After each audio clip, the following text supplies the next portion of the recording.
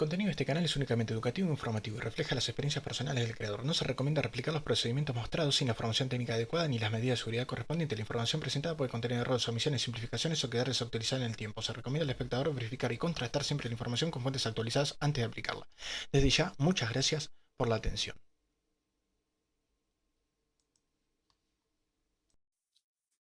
Bueno, ¿cómo es la fórmula de la capacidad? ¿Cómo se mide la cantidad de carga que almacena un capacitor en función de la tensión que yo le pongo? Bueno, esa es la relación lineal que tiene el capacitor. Es un elemento lineal que acumula energía. La resistencia es un elemento lineal, pero no acumula energía. El capacitor sí. ¿Cómo es la fórmula del capacitor? Bueno, la fórmula del capacitor es una relación lineal bastante simple. Ya vimos lo que son relaciones lineales con resistencia. En los libros va a aparecer lo siguiente. La capacidad Q sobre B. ¿Quién? ¿Qué? Bueno, esto no dice nada. Así como escribís es como pensás. Y si escribís algo medio raro, medio mal, medio no va a ir bien la cosa. Esto te dice que hay una relación lineal entre la capacidad y la carga, pero esta formulita así, medio molesto de entender. Mucho más fácil de entender es lo siguiente. La cantidad de carga Q es igual a esta constante, esta capacidad, por la tensión a la que se le suministra el capacitor. Ah, entonces, mientras más tensión, más carga. Y sí, mientras más presión le meta al globo, más se infla. Mientras más fuerza le meta al resorte, más se aplasta. Y obviamente, más energía potencial va a tener. Entonces, lo mismo. Mientras más tensión, más carga. ¿Y cuánta tensión tengo que meter al capacitor para almacenar una cantidad de carga determinada? Va a depender de esa característica, esa constante que llamamos capacidad. ¿Y cómo carajo mido la capacidad? ¿Cómo sé cuánto va a tener un capacitor si lo armo? Bueno, es bastante, no digo sencillo, pero es bastante directo. A diferencia después cuando vemos el inductor que tiene unos cuantos bemoles. Si nosotros agarramos y tenemos una lámina, ¿no? De A por B. ¿Esto qué es? Tenemos una superficie, tenemos un ancho A, un largo B. A por B es el área, que lo pongo con una mayúscula, de toda esta cosa. Bien, el capacitor, la plancha, digamos, las dos planchas arriba y abajo, tiene un área A. Ok.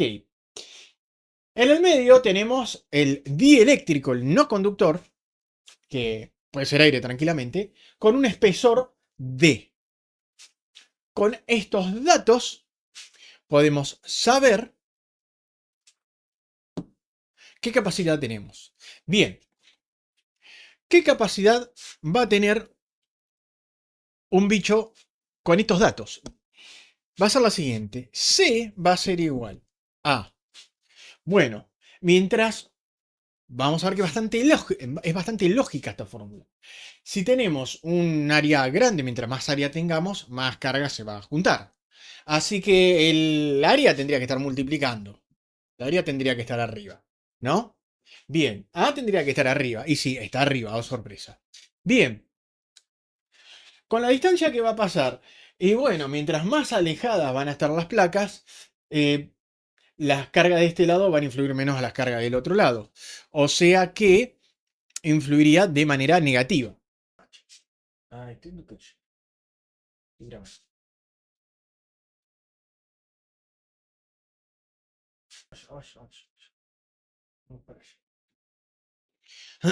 bueno, entonces, esta distancia de este grosor de ese material directo, dieléctrico, va a jugar en contra. O sea, va a dividir. No es que siempre dividen, puede aparecer un logaritmo afectando el D, alguna función media extraña. Pero para el caso es bastante directo. Bien, A sobre D. Y finalmente tenemos una constante que depende del material, que se llama E. Esto es un epsilon, ahí está. Se llama E. En el aire tenemos E0, que es una constante que tiene un montón de temas adentro. No importa ahora. Lo importante es que tenemos A sobre D para el aire 0, para otro material, otra constante, que dato de fabricante lo tendremos seguramente. Entonces podemos calcular la capacidad y diseñar un capacitor según el área de esta cosa y el grosor entre las placas. Bueno, entonces ya más o menos sabemos en qué se mide, cómo se calcula, medio cómo se arma y sobre todas las cosas, qué es lo que hace. Me almacena carga en función de una cantidad de tensión que yo le meta. Interesante. Si una almacena carga es como una mini batería muy rápida, pues van a ver que dura poquito, pero me va a permitir hacer unas cosas muy interesantes.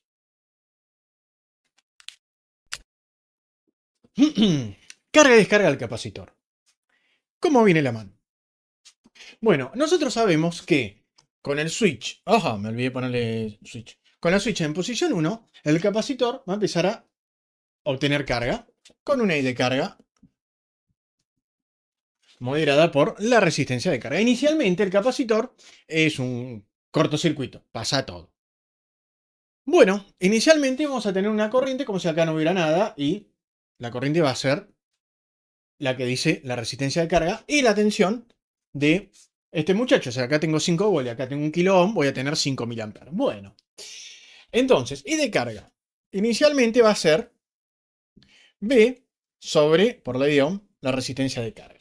Es una I inicial que tenemos. Ok. La tensión de carga, inicialmente, ¿cuánto es? Bueno, inicialmente no tengo carga en el capacitor, por lo tanto va a ser 0. Arranca de 0.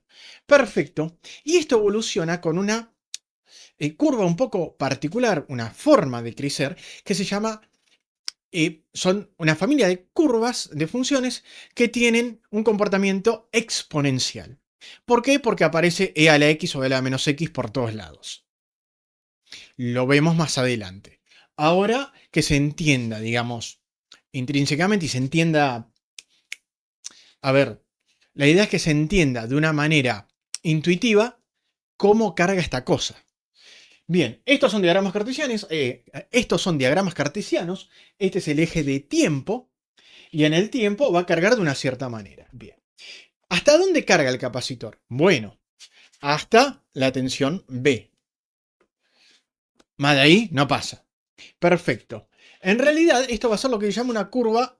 Una curva. Esto va a ser una recta asintótica. Porque el capacitor tiende a cargarse hasta ahí, pero nunca llega. Bien. ¿Cómo se carga esta cosa? Tiene un comportamiento medio particular, una curva que seguro la vieron por todos lados ya. Así. ¿Correcto? La tensión va subiendo en el capacitor, la tensión en el capacitor va subiendo de a poquito hasta llegar a un punto determinado. Bien. Esto es más o menos algo que se llama... no importa, todavía no. ¿Cómo va a... ¿Qué va a pasar con la corriente? Si la tensión en el capacitor empieza a subir, la corriente acá, que depende de esta tensión menos esta tensión, va a bajar. Ok, baja. ¿Cómo baja? Bueno, así. ¿Tiene un comportamiento como si fuera esto espejado? Sí. Y van a ver, cuando dé la fórmula de esto, van a ver que literalmente está dado vuelta. Bien.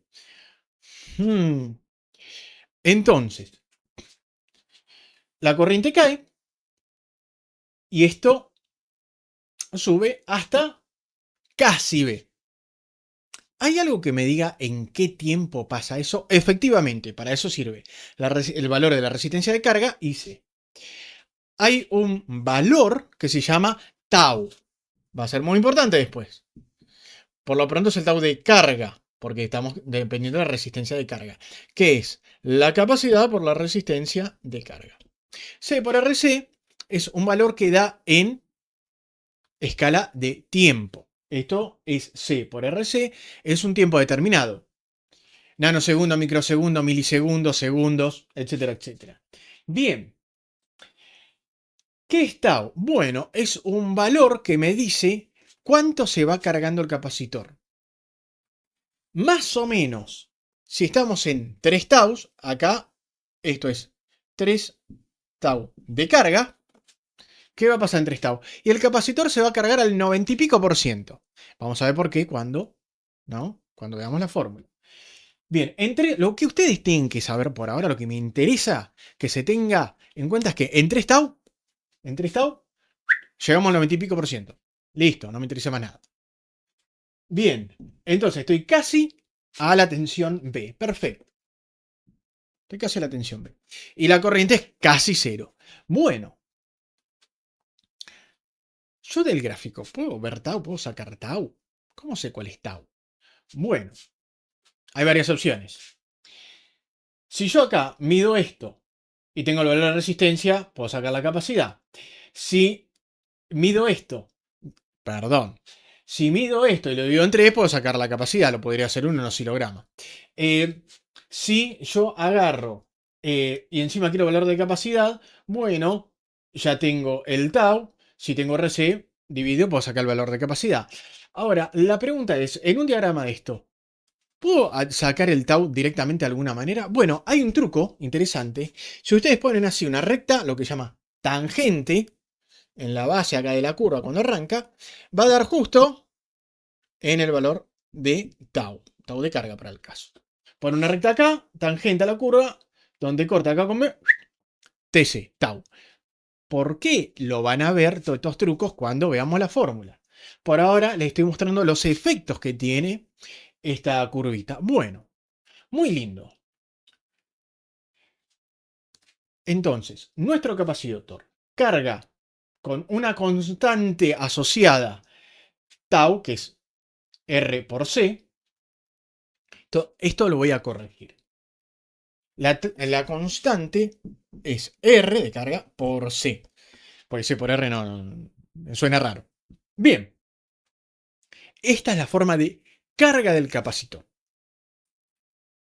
Empezamos de 0, llegamos a casi B, tenemos una forma de averiguar el tau, y en 3 tau llegamos al 90 y pico por ciento. En el caso de la corriente arrancamos en B sobre RC, porque prácticamente en inicio es un corto el capacitor. Si tenemos 0 volt, es un corto. Baja, baja, baja, baja, y en 3 tau llegó al 90 y pico por ciento del... O sea, se restó casi el 90 y pico por ciento del total. Perfecto. Entonces, esta es la parte de carga. ¿Qué pasa en la descarga? Eso es lo que vamos a ver a continuación. Bueno, descarga del capacitor. A ver. Si nosotros agarramos ahora y nos ponemos en la posición 2, agarramos el switch, el muchacho ya cargó, ya no tenemos corriente acá, ponemos en la posición 2, ¿qué va a pasar? Va a cargar. Perdón, se va a descargar sobre la resistencia de descarga. Por ahora supongamos que la resistencia de descarga es igual a RC, ¿ok? Bien. Si la resistencia de descarga es igual a RC, tenemos otra vez, si ponemos acá, ¿no? Otros 3 tau. Si ponemos otros 3 tau, ¿qué va a pasar? Este muchacho, bueno, empieza a bajar su corriente y su tensión, porque a medida que se descarga, tiene que bajar tensión y corriente. ¿De qué manera? Bueno, de la misma manera que anterior, obviamente va a conservar el comportamiento exponencial. Así que desde casi B, no tenemos B, tenemos 90 y pico por ciento de B, pero bueno, desde este puntito, que es casi B, empieza a bajar y... ¿no? ¿Y que imita a qué? Bueno, imita esta curva, obviamente. No es que sea corriente esta tensión, pero la tensión ahora baja. Bueno, ¿y acá abajo qué va a pasar? Y bueno, lo mismo, ¿no? De casi B, si tenemos B sobre RC acá vamos a tener este casi B, que lo vamos a llamar B apóstrofe, prima, como quieran. No, eso parece una derivada, quedó horrible. Vamos a llamar el casi B, lo vamos a llamar B sombrerito, dividido la resistencia de descarga, que es igual a RC. Entonces, de casi B, un poquito más abajo, y nos descargamos así. Bien, perfecto. Entonces, descargamos y descargamos. También nos descargamos con la constante tau. Nos acompaña todo el tiempo. Para el caso tau de descarga va a ser resistencia de descarga por el valor de capacidad que no cambió en ningún momento. Bueno, otra vez, ¿puedo averiguar el tau con algún truco sucio? Lo mismo. Meto acá, ¿no? Ahora la tangente va al revés, tuc, y me tiene que dar el valor de tau de descarga. Interesante. Pero esto solo si la resistencia de descarga es igual a la resistencia de carga. ¿Qué pasa si la resistencia de descarga varía? Eso es lo que vamos a ver en la próxima sección. Bueno, supongamos que la resistencia de descarga varía. Ahora, la resistencia de descarga es un poco más grande, RD. Bien, para el caso, RD es mayor que la resistencia de carga. ¿Qué va a pasar? Bueno, mi tau ahora es un poco más grande. Bueno, mi tau es más grande. ¿Qué quiere decir? Bueno, esto se va a descargar de una manera más lenta. Y mi tensión sigue empezando acá. Se va a descargar de una manera más lenta. Si mi tau es más grande, se descarga de una manera más lenta. Este es el tau de descarga. Tau de descarga, RD, que es más grande que RC, por lo tanto se descarga más lento. Perfecto. ¿Qué va a pasar con la corriente? Bueno, la corriente es la tensión sobre RD, por lo tanto voy a empezar desde más abajo. Me voy a descargar más lento, pero la corriente de descarga va a ser más chica. Y sí, si me descargo más lento, más duro, descargando la carga que tengo. Bien. Ahora, ¿qué pasa? Y esto es lo que no queremos que pase con los capacitores. Si mi corriente es si mi resistencia de descarga es mucho más chica. Bueno, ahora vamos a suponer que RD, la resistencia de descarga, es más chica que RC. ¿Qué va a pasar? Esto es R, lo que pasa es que soy horrible escribiendo. Bien, ¿qué va a pasar? Bien, el tau es más chico. El tau es más chico. Bueno, viene acá, el tau viene por acá. Esto se descarga mucho más rápido. No hay mucho más que decir. Se descargó rápido. ¿Qué pasa con la corriente? Acá donde se pudre el caldo de gato. ¿Correcto? Si la resistencia es más chica, yo acá tengo, ¿correcto? Una tensión determinada. Una tensión que llegué casi B y sigue siendo. Acuérdense, mi tensión, ¿qué es? B sombrerito, lo que sea. Bueno, mi tensión, B sombrerito, pero mi resistencia es más chica. Entonces, si la resistencia es más chica, la corriente es más grande, tengo más flujo. ¿Qué va a pasar? Bueno, vamos a poner mi B sombrerito por acá, sobre la resistencia de descarga, y se descarga un poquito más rápido, ¿no? Se descarga un poquito más rápido. El tema es que mi corriente de descarga subió. Mi corriente inicial con la RC era esta, y ahora mi corriente sube. Y si mi resistencia es muy chica, mi corriente se va al cuerno. O sea, sube cada vez más la corriente. ¿Y cuál es el problema de tener un capacitor en corto? Descargo toda la corriente de golpe. Es un golpe muy duro, muy corto, casi infinitesimalmente corto, pero toda la corriente se descarga de una. Puedo reventar el capacitor, puedo quemar el cable, fundirlo. Nada, es un montón de corriente por un cobre conductor que casi no tiene resistencia, pero tiene una resistencia ínfima, una corriente enorme. Por una resistencia chica, por más chica que sea, genera calor y me funde el cable. Por eso yo no quiero capacitores en cortocircuito. Bueno, salvo que quiera fundir algo, ¿no? Pero eso es otro tema. Eso sería todo en la explicación teórica acá en el pizarrón. Espero que les haya sido útil. Después, las simulaciones. Y si podemos, algún ejercicio en banco de trabajo.